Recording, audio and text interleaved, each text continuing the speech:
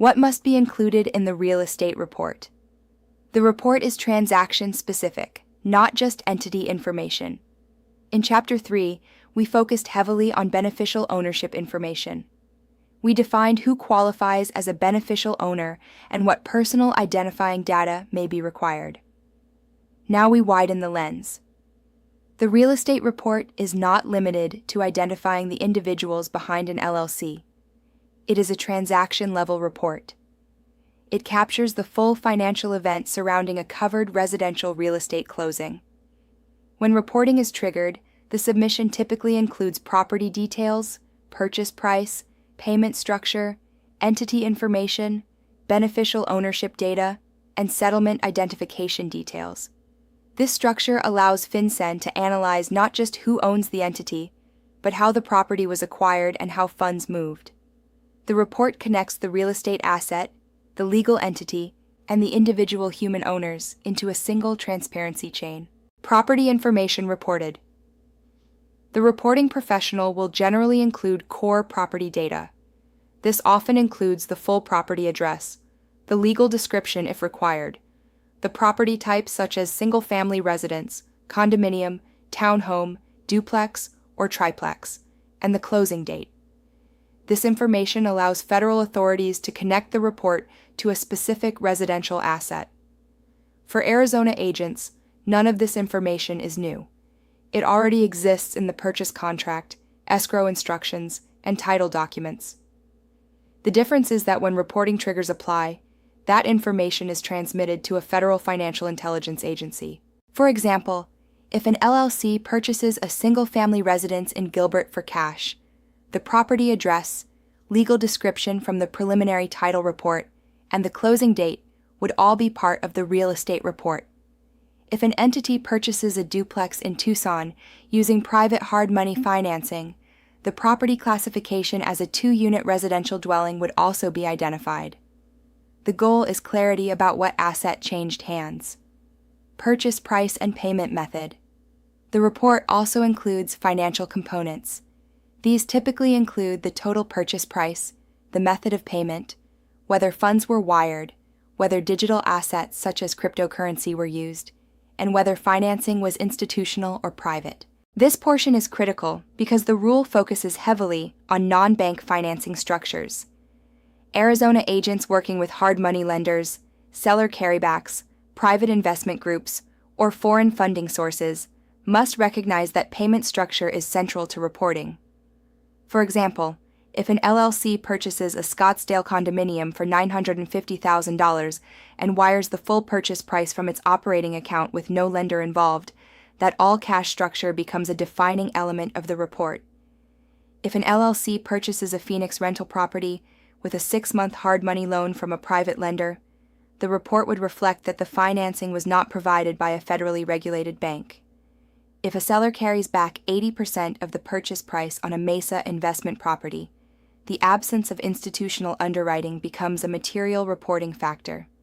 In each case, the method of payment and financing structure are not minor details.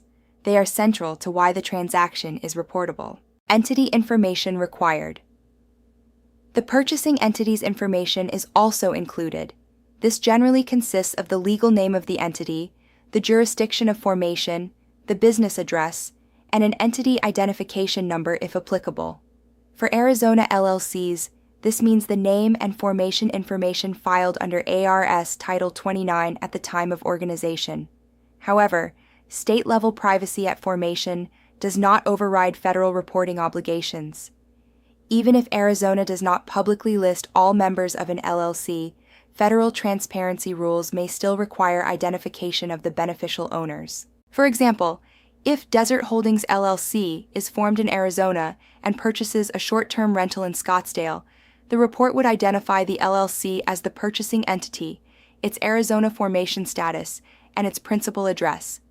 If a Delaware entity registered to do business in Arizona purchases a residential property in Paradise Valley, the jurisdiction of formation would also be identified in the report. Beneficial ownership data, included as discussed in Section 3.2. Beneficial ownership reporting may include the full legal name of each beneficial owner, date of birth, residential street address, identification number from an acceptable government-issued document, and a description of ownership percentage or control.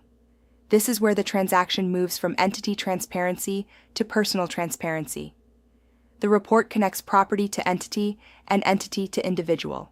For example, if an Arizona LLC is owned by two members at 50% each, both individuals' identifying information would likely be included.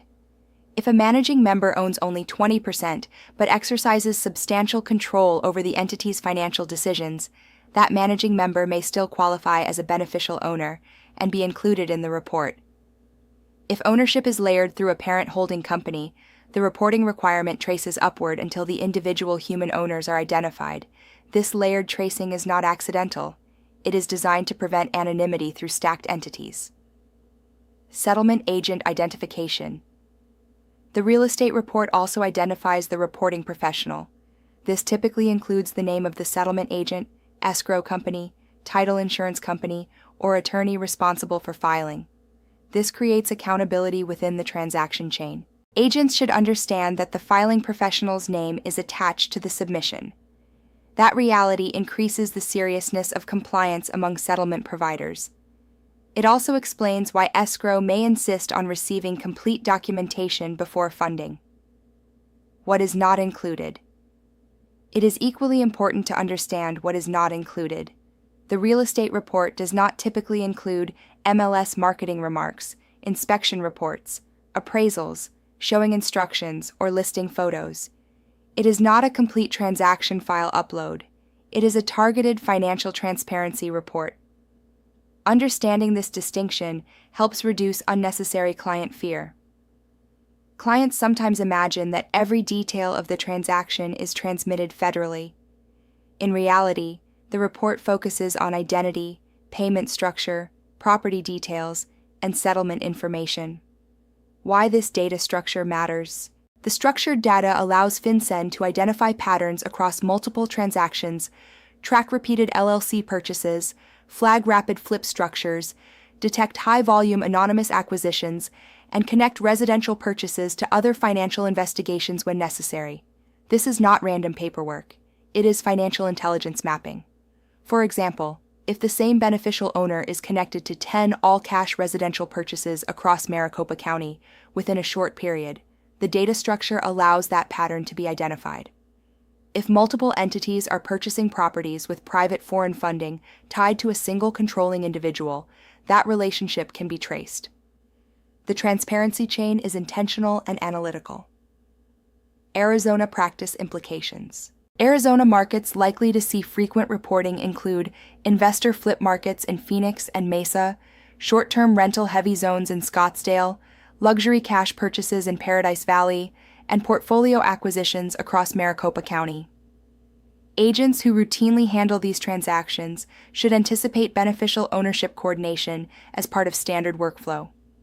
This is becoming normalized practice, not an exceptional event.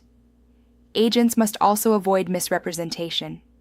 You must never tell a client that the information remains only in escrow if reporting is triggered.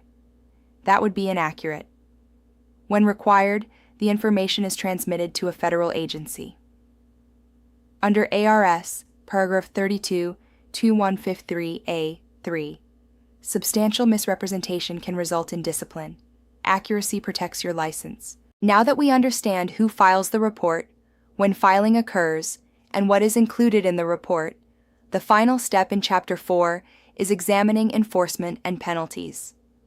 Section 4.4 will address what happens if the rule is violated and why compliance seriousness should not be underestimated.